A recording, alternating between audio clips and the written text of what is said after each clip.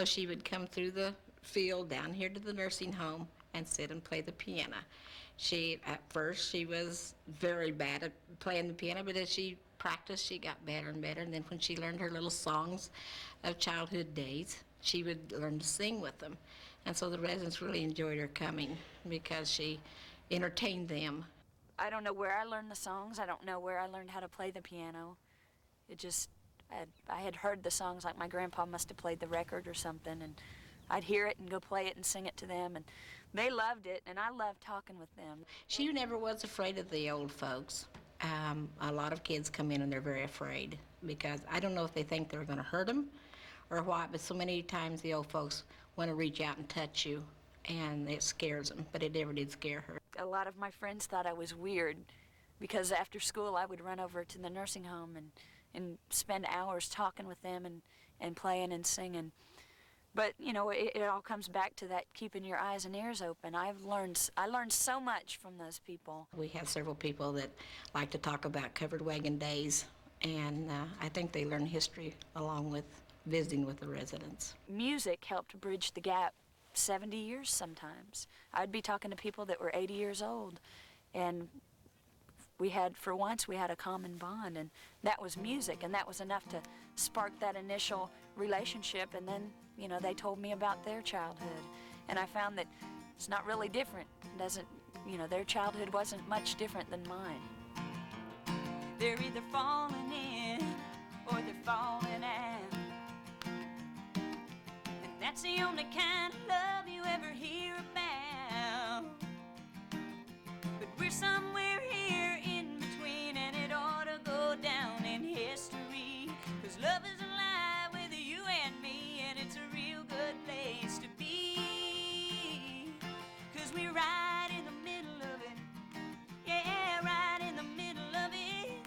There's no fireworks and no big bouquets, no hot romance on display, but we don't think about breaking up. We're just right in the middle of love.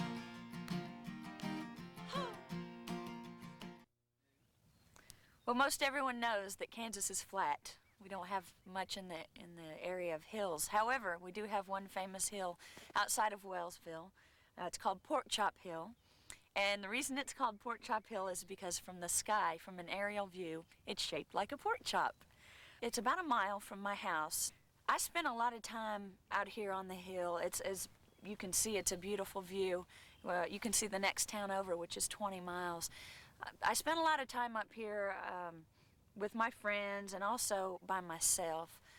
It's real important to me because I did a lot of praying up here, and I cut a lot of deals with God up here. And one of those big deals was, I wanted him to figure out a way that I could be in Nashville. She always knew what she wanted to do. She always wanted to make music. She always knew she wanted to go to Nashville. She was about 5 years old, and she asked me, she said, which is better, to be Loretta Lynn or a movie star? And I said, well, how do you mean? She says, which is more famous? And I said, well, some people would think a movie star.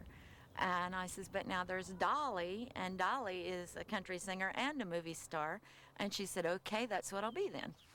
If it's possible for a person to be born with a destiny, I'm it. Because there is no time in my life, and I have absolutely no memories that don't have this dream of country music stardom in it. That may sound crazy to everyone else. To me, it's normal. To me, I can't imagine anyone else not knowing. When we were building the place right here, I was working with plastic plumbing. It's called PVC. And I was hooking up the plumbing, and I'd cut off a piece of half-inch PVC plumbing pipe and just laid it on the ground, threw it down. I was done with it. It was scrap. Pretty soon, I heard taps being played. Chely had picked it up and was literally playing taps through a piece of PVC pipe. She could make music with anything. I mean, this was part of her life, was music. She could not function without music. God gave her that, and she's trying to use it today. I never thought about fighting the urge to become a country music singer, and I think a lot of that has to do with the fact that my parents accepted it. Now, had they had they pushed me away from it and said, you know, that's not a great idea, you should get a real job, I may have tried to suppress the urge to sing and write country songs, but I have them to thank for so much, because not only did they say, yeah, you can do that, they got piano lessons for me. They helped me buy musical instruments. They helped me find old records and listen to music. So not only did they allow it, they encouraged it. Living close to Chely Wright's home, Stan and Sherry, her parents, had music every weekend for sure, and even sometimes during the week and to late hours. And so it was not uncommon at all for us to be in the yard or with the windows open. We would hear music coming from the Wrights. If there's ever any doubt that there's a God or there's something making all of this happen, like a fine-tuned machine, music is proof. It comes from virtually, not nowhere, it comes from somewhere. But it just amazes me that there can be a blank sheet of paper, and then you can take an instrument and make up a melody and write words to it, and it can move people to tears or to laughter or anything. And that's what I fell in love with. I fell in love with the power of a song. That's my love. Everyone in my town knows about Pork Chop Hill, and everyone at one time or another comes up here, and they party up here, and they come up here with their boyfriend and girlfriend and do whatever it is they do. And I always found something else up here. I guess I saw possibility. Having grown up a couple of miles away in a small town, there were times when I felt kind of like the walls were closing in on me. And this was a great place to get away and see what could be. I want to go back. I want to go back. I'd trade the breath that I've got left to have a piece of my past. That song was right. I should have sung along. But now I long for what is gone. I want to go back.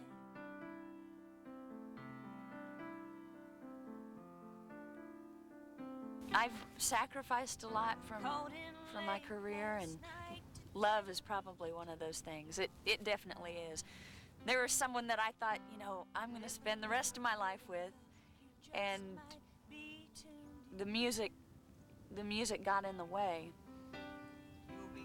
Right now I'm not feeling a huge sense of loss in that I didn't personally feel like I was ready for that relationship, but I always thought in the back of my mind I would end up with that person. So I guess I was presumptuous enough to think that when I'm ready, that person would be there, and time just wasn't on my side this time. And that's okay, because I feel complete. I don't feel a void in my life. If I did, I would feel that void.